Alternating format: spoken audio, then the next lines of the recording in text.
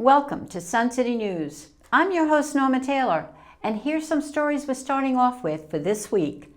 Roy Austin, founder of Libraries for Kids International, is here to give us an update. Chris Chase finds out about upcoming events in Hardeeville. And later in the program, our SCTV crew attended Hardyville's 4th on Main event.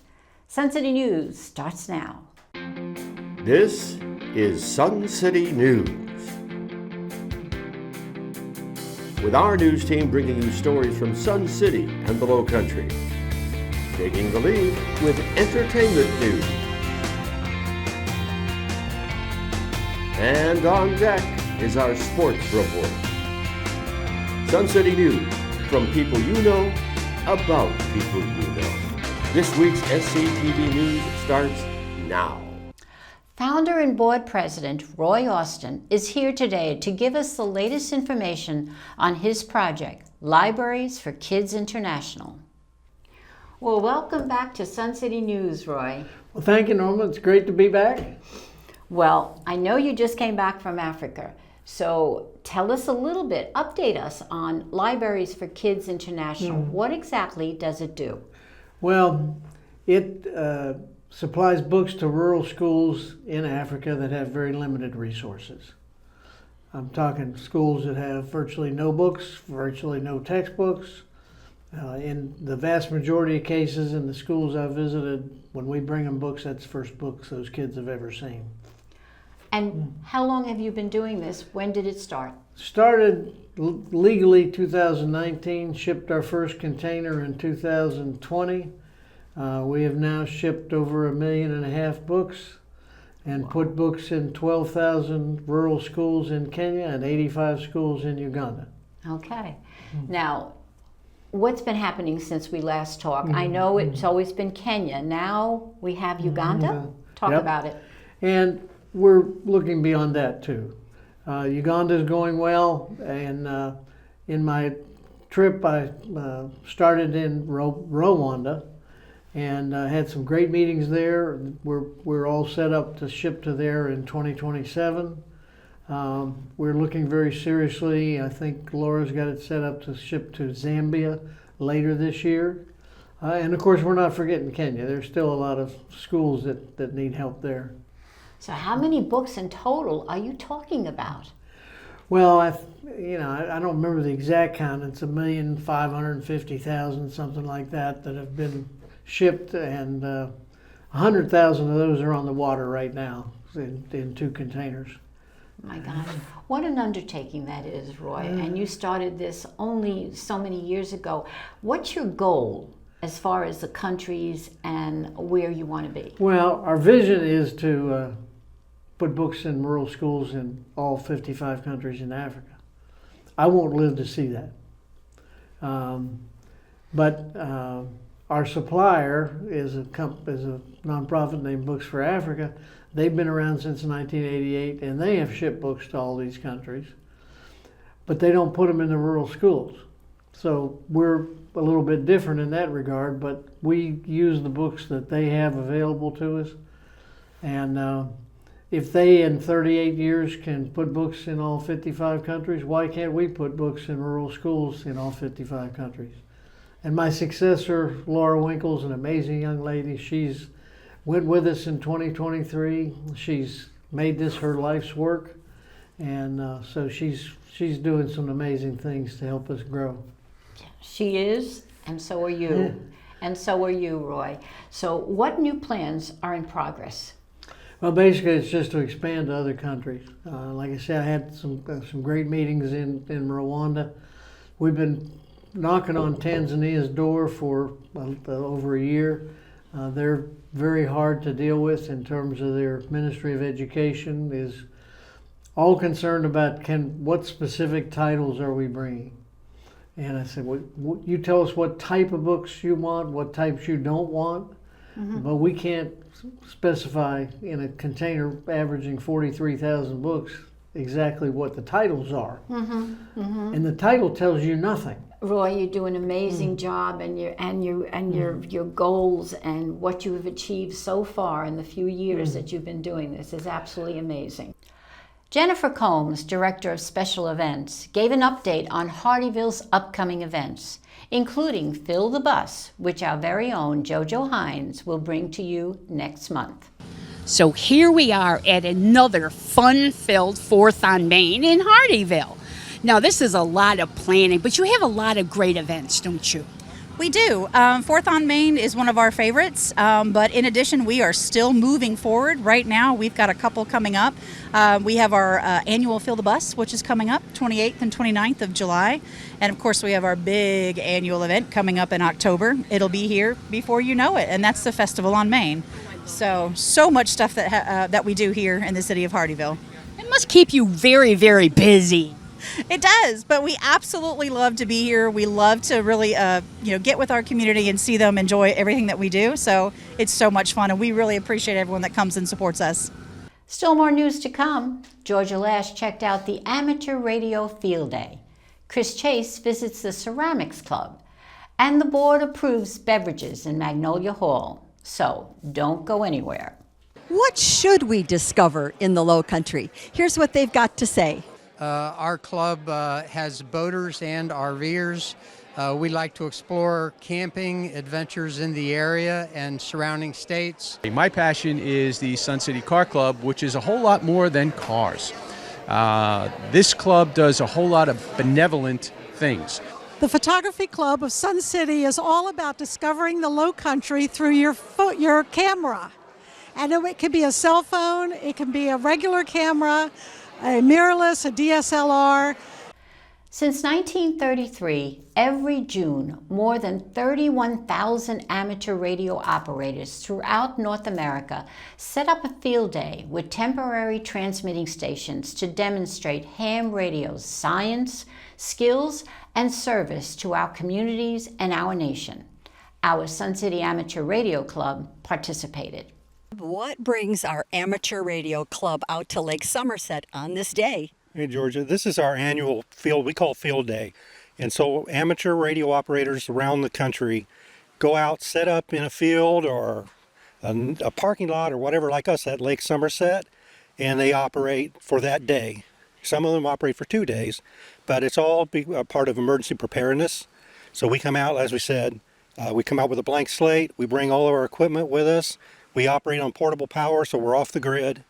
And just like we would have if we had a hurricane or a tornado or whatever, and then have fun operating for the rest of the time. Now, when you say around the country, about how many participants would you expect to be on air today? Yeah, my understanding is probably 35,000, 40,000 hams around the country will be on the air. So the airwaves are busy today. Now, let's give some credit to our amateur radio club here in Sun City. How many of your members will be here today? Well, our membership is about 57 members, and we're expecting between 20 and 25. So about a third of our members are going to be out here today operating, or some have already been here setting up. Now, you mentioned the significance of this day and what it represents. The theme for this year's program is Amateur Radio, a National Resource. Remind us again how amateur radio could help a community. Okay, certainly. If you think about disasters, maybe a tornado, maybe a hurricane. Where I used to live in Ohio, we had a train wreck with toxic chemicals, being spewed about, and the communications was not available readily. We can help provide that communications to back up our first responders. Is it different to be outdoors versus, let's say, your home setups that you're used to using? It's different, right? Because when you're home, you're on the grid. You can plug in your power supplies. Your antennas are fixed. You don't have to go set those up. Put those out to operate. We came out here and we used 2 different kinds of antennas. We used one we call a vertical, which is basically tubing that goes about 25 to 30 feet in the air, and then we also use wire antennas. And for the wire antennas, how do you set them up in trees? I'll tell you, you are not only crafty, but you're going to be a blessing to our community.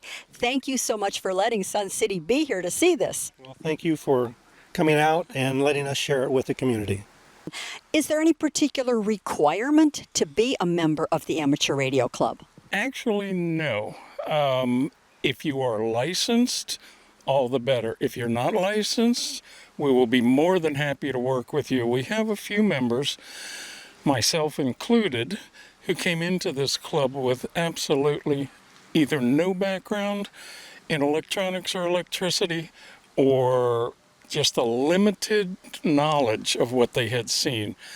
I got into this 3 years ago with absolutely no knowledge of electronics or electricity. The only thing I knew was how to run wires and not burn my house down. Nothing else. That's really amazing. I was hoping that you would tell me that there's a specific amount. And look at, you're making this so easy for people. And I understand the dues are very reasonable as well. Well, they're really killer dues. $5 a year. And that goes toward things like this, where we've provided some of the refreshments for our members. We do a lot of things throughout the year that nothing really takes a lot of money on our side, so we have minimal dues. And I have to believe that there's a great deal of camaraderie in this group. Am I correct? Absolutely. Like I said, I came into this knowing nothing. I asked some of what now I see as some of the worst questions in the world, and these guys just said, okay, sit down, I'm going to teach you. And that's exactly what happened. How long have you been involved with amateur radio? I've been licensed since I was 15 years old. Now I'm 75, so it's been a long time, and it grabs you at an early age. Sometimes it grabs people at a late age, but yeah, it's been an interest of mine since I was young. How about you? Well, I'm a newbie. I've only been at about 35 years. So are you his trainee then? And again, what is it about amateur radio that keeps you so interested? There's a lot of aspects to amateur radio, not just the communications, but the technical aspect, building your own equipment. Also, emergencies, when there are emergencies, we are a lot of times the last resort. When cell phones are down and whatnot, we can run off portable power like we're doing today. Correct? That is correct. You are 5'9", and you are number 1. Okay, for me, number 1. I've got to do the 1 for you, number 14. 1 for CSL. USL, have a good time. Have you ever thought of the opportunities to learn new things here in Sun City? Well, Chris Chase went to the Ceramics Club and found a room with magic. Now, Carrie, there's a lot of things here. What exactly is all this? So the Ceramics Club is an opportunity for residents of Sun City to come and express their creativity with clay. We have a couple of different areas they can explore. If they're not as nimble as they used to be, bisqueware is an option for them. They can come in, select their piece, glaze it, and have it fired and take it home as a beautiful piece to display. If they have grandchildren here and there's a rainy day and they want to come in and do something that's a little more interactive than running around the house, we've got that option as well. We also have hand building that's within this room here, where they roll out a slab of clay and create whatever it is their heart desires, whether they found something online that interests them or they just want to kind of exercise their own creativity. We have all the tools available to help them do that. It's a very affordable way for people to join a club. $20 a year is all our club membership fee is, which is extremely affordable when you compare it to outside of the gates. And then there's a slight charge for bisque firing. Supplies are not provided, but for the most part, it's an affordable way for people to decorate their home, provide gifts for family, or use their imagination. Just have a good time with neighbors. It's a really good time. We also have wheels in the back, pottery wheels, where people can throw clay, like you see in the movie Ghost. That's what we'll have to check that out. Everybody walks in and says, "Hey, are we going to do the scene from Ghost?" And no, you're not going to do the scene from Ghost. Nobody's here putting their arms around you unless you want to have your spouse. But yeah, it's a great way. We have about 350 members. They sit here. There's a lot of camaraderie and creative vision shared between the folks, and you can be as creative as you want to be. Hey, so Nancy, what are we doing here today? Well, I love making cots on the wheel, so I thought I would just show you a little something. First, we have to get this centered. And the next thing is I'm going to go right down the middle. And I need a little more water. I've been making pots for a very long time. Actually, 52 years I've been a professional potter. And this is the retired version. Oh my goodness, what a wonderful place to do pottery in retirement. This studio is so well equipped. When I saw it, my mouth just dropped. So I love to help people find their magic with clay. And so they put me in charge of education so that I could help people do that. So I am a member at large here, and I have many other jobs. I love teaching advanced wheel, and I've got at least 5 teachers who will teach beginner wheel. Why don't we give this a little hug? I'm going to... Is it difficult to keep that straight like that? Oh, yes. You have to start much smaller than this and learn one step at a time. Like we start them with about 1.5 to 2 pounds of clay. This is more than that. So, Carrie, this is a kiln? This is a kiln, yes. So once pieces are ready, they've been molded and formed, they've dried, they've been fired the first time to bisqueware, they've been glazed. The magic happens in here. So this makes your piece food safe, dishwasher safe. It makes it safe for use. So when we open it, which this is the first time this one's been opened, you see pieces that are ready for use. And again, this is imagination. Yes, this is a hand-built piece by one of our members. And she carved into the glaze to give it a beautiful, beautiful pattern, as you can see. And you could use this for just about anything around your home. Oh, that's beautiful. Is it a bunny rabbit too? Of course. Is it? Oh, we had a rabbit workshop, and this is one of the pieces that one of the members made. So we conduct workshops that are free to the members. Our classes are also free. So even if you've never touched clay before, you can come in here and create something beautiful. Obviously, this is great. Well, Carrie, we've had pretty much a run around here. Now I think we just want to go take a look at some of the work.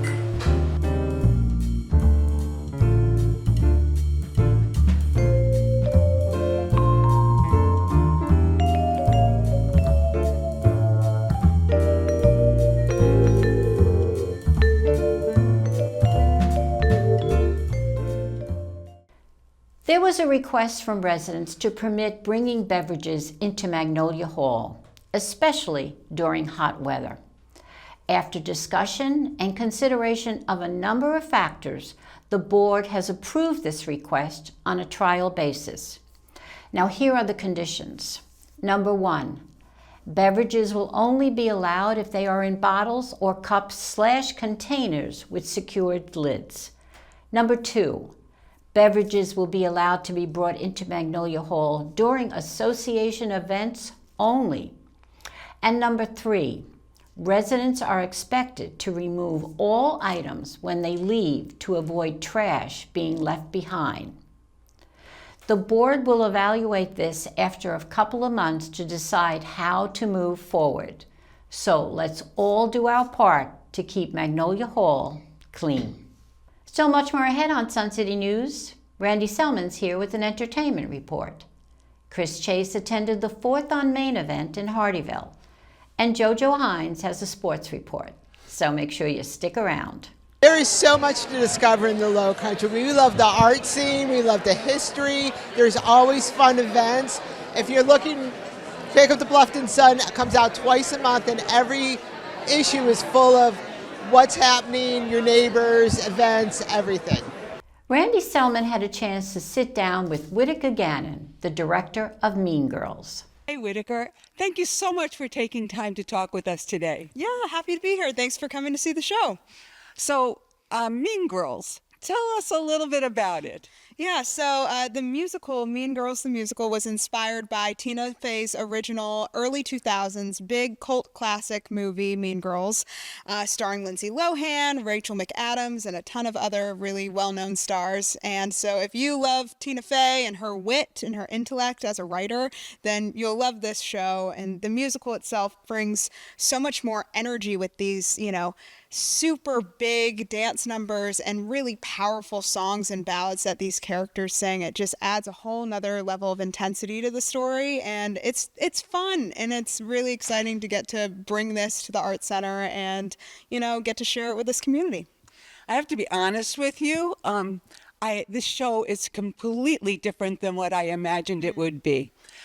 It resonates with me. Right. I have to admit, I cried with some of the numbers. It was just so touching, and I think it shows how hard high school can be. Yeah, absolutely. I mean, anyone can relate to this story having gone through high school, but even after you graduate high school, these stories are still relevant of what it means to find your own authentic voice and find where you belong in a larger social circle and, dealing with the temptations to give in to gossip or, give in to the things that can either help you rise in the food chain or, can tear somebody else down. And so it's really has a lot of heart in it, and it's not just going to mean something to people who are currently in high school, so it's for all ages. For sure. That's what I was going to say, too. Even if you've graduated, I don't want to say how many years ago, it still does resonate, and it brings back good and bad memories. Yeah. Having seen Hairspray here at the Art Center, like Hairspray, it really has so many good messages that it's sending out. What do you think? Yeah, just like Hairspray, there's a message of inclusivity and trying to, see the best in everybody and remembering that, sometimes what can feel good in the moment or can make you feel popular in a certain instance and putting someone else down in the long run just disconnects you from everyone around you. So this story I think has some really beautiful and touching moments. We have such a great cast too. They are the opposite of Mean Girls and guys in this cast. They truly have so much heart and love and passion and talent that they've poured into this story, and I think that shines through in this version, in this production. So I'm excited for you guys to see these incredible performers bring such a meaningful and fun and funny story to life. Well, I think anyone who buys tickets are going to get more than their money's worth. And I thank you so much for taking time again, and I can't wait for the curtain to go up. Yeah, absolutely. I hope you enjoy yourself, and I hope more people come and see the show as well. Mean Girls at the Art Center runs through August 9th. Now to order tickets, call 843-842-2787 and make sure you mention that you live in Sun City to get your $5 discount. Sitting in for Mike Romano is JoJo Hines with the Sports Report. Hello, sports fans. The Tennis Association announced a new 6-week advanced beginner program that will begin on Tuesday, July 28th at 9 a.m. The training program is a refresher on major strokes, focusing on rally, point play, and doubles positioning. Cost is $115, and the weekly clinic is 1 hour. For more information, call the Logo staff at 843-705-4034. Now, if you want to learn how to play tennis, now is the time. A 6-week Learn to Play Tennis program begins on August 26th at 11 a.m. The program includes basic fundamentals of tennis, such as holding a racket, serving, positioning, and stroke production. Cost is $115. If you don't have a racket, no problem. You can borrow one at the Logo building. Call 843-705-4034 for more information. Tennis in the Pink is coming back on September 26th. The Women's Tennis Organization will be sponsoring the event. The event benefits the Pledge the Pink Foundation. More information is to come in the following weeks, but registration begins on August 22nd. Over the past several weeks, we have been sharing with you interviews from the Putt-Putt League members. Mike Romano is here with our final interview. Okay, Dee Foster is with us. Dee is part of this group, kind of co-captains it with Linda when Linda's not available. Dee, how do you like playing putt-putt golf? I really enjoy it. It's nice and relaxing, and we just show up when we want to show up, and we really have a lot of fun. Sometimes we go out to eat afterwards, so that's even more fun with it. How long have you been playing? Probably 9 months. And Yeah. are you getting better? Oh yeah. Make a hole in one every now and then. Okay. Well, the custom is when you make a hole in one, you have to buy everybody drinks. Oh, okay. So, Sounds like a fun time. We'll have to be watching that. So, Okay. thanks for being with us. You're welcome. Thank you. We would like to remind you again to keep hydrated, especially during these summer months. Well, that's it for sports. Now it's time to get outside and have some fun. For Sun City Sports, I'm JoJo Hines. There was a beautiful turnout at the Hardeeville 4th on Main event, and Chris Chase was there to capture all the action. Let's watch. So Jennifer, there's so much going on here. Tell us some about it. There is. The city of Hardyville, as you know, is growing by leaps and bounds. Just here with our 4th off Main, this wonderful event where we're also celebrating America's 250th. For those that are coming down who haven't seen, we have a beautiful new park addition with a beautiful pavilion, brand new parking lots, probably close to about a $4 to $5 million upgrade. And for those that have not seen, we have a beautiful new park, Memorial Park, which is located right next to the library. So we always encourage people to come out. It's a beautiful place. We have a lot of shared partners that we work with to have different events and stuff there. So we just opened that back in May for Memorial Day, but there is so much that's going on here. We've got new parks coming as well, and we continue to grow and enjoy everything that we can with our community. You know what? One of my favorites is Trunk or Treat. That is my ultimate favorite. I love the kids. Yes, we have that coming up as well. So, everyone always asks us, how do we keep all of this going at the same time? Right now, we're in the middle of this beautiful 4th off Main, which is 4th of July, and we're all sweating like crazy. But before you know it, it will be October. And we do have our big, festival on Main that's coming. And then in addition, we have our lovely Trunk or Treat. And we are always asking for volunteers to come and be a part of that. Now, what do you need volunteers for? We absolutely need volunteers so they can be trunks. So you literally just sign up. It's super easy to do. You'll sign up online, and then you'll come and you get to decorate your trunk and bring a little bit of candy. And not to worry if you run out, because you will. We have extra candy as well for everybody. Yes, that has happened to me before. Yes, it is an absolutely fun time. We usually attract anywhere from 1,000 to 1,500 kids. So it's a little, not really the traditional trick or treat, but we've managed, and it's been a well-beloved, thing that we do every year. Reagan, there is so much going on here tonight. It's so exciting, and the weather's holding out for us. It's awesome. But there's so much here. What's here, and how did you get it here? Well, it's been a lot of coordinating. Great team behind us as well with the Parks and Rec Department. We got the Finsball Nanas from Margaritaville about to kick things off for Bourbon and Sons, a great country band that does some live covers, and they do their own music. They're a high energy band, and they'll be performing tonight.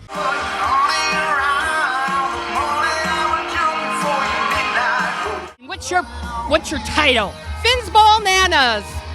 Oh, that's what you ladies are? You guys are gorgeous and talented. So there's a lot of things you were saying that are going to be going on, right? Can you tell us some?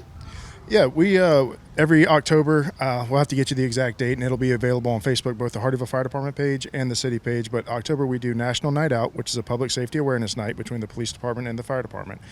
And here on the grounds here, we will do bounce houses, food, entertainment, things like that for kids and families to come out and do. And everything's paid for by us. It doesn't cost anybody anything. Come out and have a good time, and let the kids play and meet firefighters and law enforcement.